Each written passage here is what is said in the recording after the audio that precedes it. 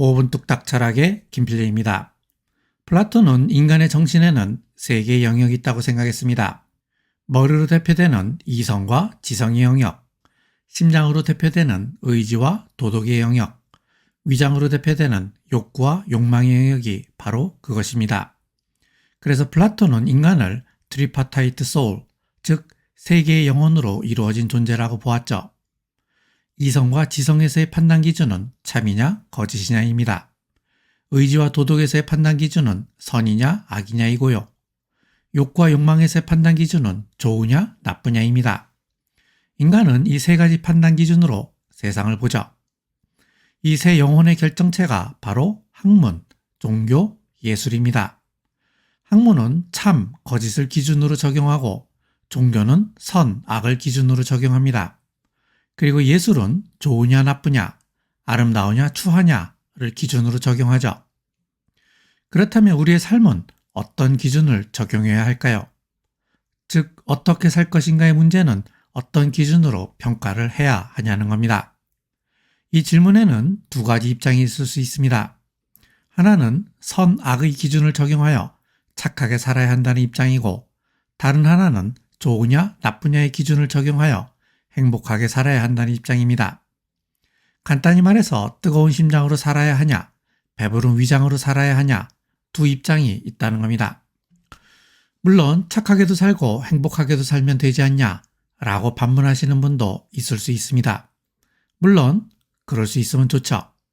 하지만 세상은 그렇게 녹록지 않습니다.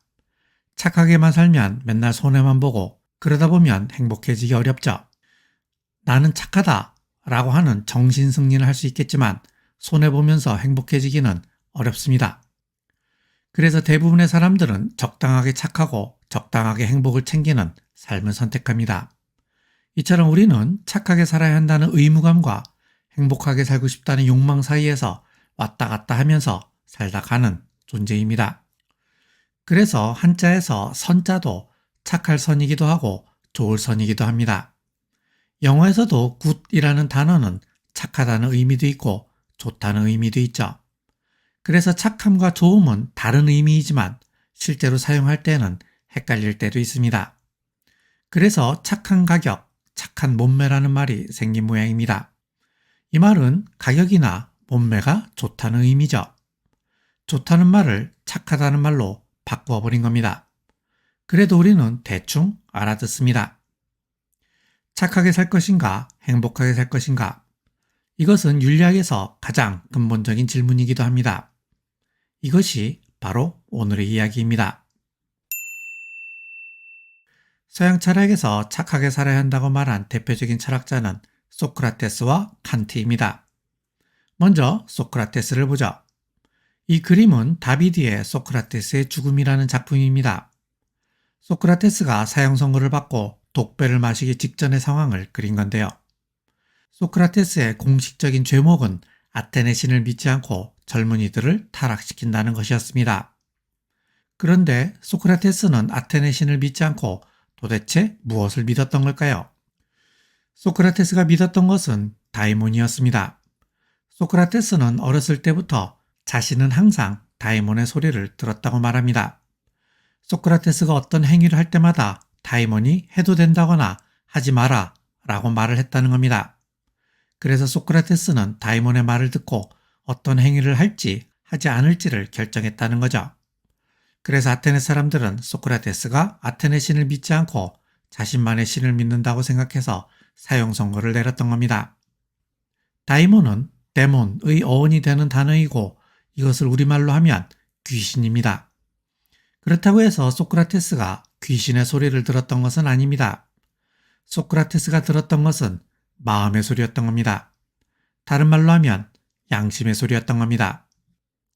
소크라테스가 들었던 양심의 소리를 칸트도 들었습니다. 칸트는 이렇게 말합니다. 세상에는 놀라운 두 가지가 있는데 하나는 밤하늘에 빛나는 별이고 다른 하나는 내 마음의 도덕법칙이다. 칸트는 우리의 마음속에는 도덕법칙이 있다고 생각했습니다. 우리는 묻지도 말고 따지지도 말고 내 마음의 도덕법칙을 지켜야 한다고 말합니다. 내 마음의 도덕법칙, 이것이 바로 소크라테스가 들었던 양심의 소리라고 말할 수 있습니다. 나는 어떻게 살 것인가 라는 질문에 대한 소크라테스와 칸트의 대답은 비슷하다고 생각합니다.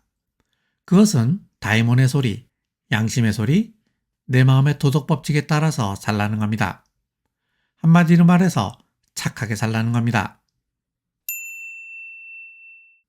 어떻게 살 것인가 라는 질문에 대해서 착하게 살라는 것이 정답이 될 수 있을까요? 우리가 세상을 사는 이유는 행복하게 살기 위해서가 아닌가요? 행복을 포기하고 착하게만 살면 조금 억울하지 않을까요? 당연히 억울할 겁니다. 행복은 중요합니다. 그래서 고대 그리스의 에피쿠로스는 우리는 행복을 위해서 살아야 한다고 말합니다. 에피쿠로스는 정원이라고 하는 대한 공동체를 만들었는데요. 사람들은 알렉산드리아라는 대도시에서 벗어나서 그곳에서 자기들끼리 생활했습니다. 정원에서 사람들이 원했던 것은 무엇이었을까요? 그것은 힐링이었습니다. 힐링하면서 행복해지고 싶었던 겁니다. 양심의 소리니 내 마음의 도덕법칙이니 그런 건 모르겠고 그냥 힘든 세상에서 내가 행복해지고 싶었던 겁니다. 왜냐? 행복하게 사는 것이 삶의 목적이니까. 18세기 영국의 벤담도 이러한 입장을 받아들였습니다. 벤담의 관심은 이런 것이었습니다. 각자가 자신의 행복을 추구하면서도 어떻게 하면 사회 질서를 유지할 수 있을까? 이런 고민 끝에 나타난 것이 바로 공리주의입니다. 공리주의란 최대 다수의 최대 행복을 추구해야 한다는 겁니다. 즉, 나만의 행복이 아니라 다수의 행복을 추구해야 한다는 거죠. 벤담의 공리주의는 사실 에피쿠로스의 확장판이라고 말할 수 있습니다. 에피쿠로스가 개인의 행복을 말했다면 벤담은 공공의 행복을 말했던 겁니다. 다른 말을 하고 있는 것처럼 보여도 이들은 삶의 목적을 행복으로 보았다는 점에서 근본적으로는 같은 생각을 했다고 말할 수 있습니다. 지금까지 우리는 어떻게 살 것인가라는 문제에 대한 두 개의 입장을 보았습니다. 착하게 살아야 한다는 소크라테스와 칸트의 입장, 행복하게 살아야 한다는 에피쿠로스와 벤담의 입장을 보았죠. 이것을 각각 의무를 강조하는 입장, 행복을 강조하는 입장이라고 말할 수 있습니다. 우리가 직면하는 대부분의 윤리적 문제는 이렇듯 의무와 행복이라는 두 개의 가치의 충돌이라고 말할 수 있습니다. 이러한 윤리적 딜레마에 대해서 깊은 통찰을 주는 책을 한 권 소개시켜 드리겠습니다. SNL, The Office, Good Place의 제작자인 마이클 슈어가 쓴 더 좋은 삶을 위한 철학입니다. 마이클 슈어는 드라마 제작자답게 여러 가지 재미있는 사례들을 중심으로 윤리적 문제들을 유머러스하게 다루고 있습니다. 책에서 다루고 있는 윤리적 문제들은 우리가 일상생활에서 한 번쯤은 경험했던 사례들입니다. 예컨대 이런 식입니다. 쇼핑몰에서 주차장까지 카트를 끌고 나왔는데 이걸 굳이 제자리에 갖다 놓아야 할까요? 마트 시식코너에서 주는 크레카를 몇 개까지 먹어도 양해가 되는 걸까요? 분리수거를 할 때 휴지 쓰레기쯤은 플라스틱 분리수거통에 버려도 괜찮은 걸까요? 운전을 하다가 차선을 놓쳐 회사에 늦게 생겼을 때 끼어들기를 하는 것은 허용되어야 할까요? 선거철 정치인이 당선을 하기 위해서 상대 후보의 사적인 약점을 어디까지 물고 늘어줘도 되는 걸까요? 인도의 어떤 어린이들은 단돈 1달러가 없어서 굶주리는데 나는 1000달러짜리 핸드폰을 사도 괜찮은 걸까요? 친구가 촌스럽게 옷을 입고 나왔는데 그거 촌스럽다고 솔직히 말해줘도 괜찮은 걸까요? 이 책에서 다루고 있는 이러한 사례들은 일상 속에서 마주치는 아주 사소한 윤리적 문제들인 것처럼 보입니다. 하지만 그렇다고 해서 중요하지 않다는 말은 아닙니다. 왜냐하면 이러한 사소한 문제들도 본질적으로 보면 앞에서 이야기한 착하게 살아야 한다는 입장과 행복하게 살고 싶다는 입장에 관련이 있기 때문입니다.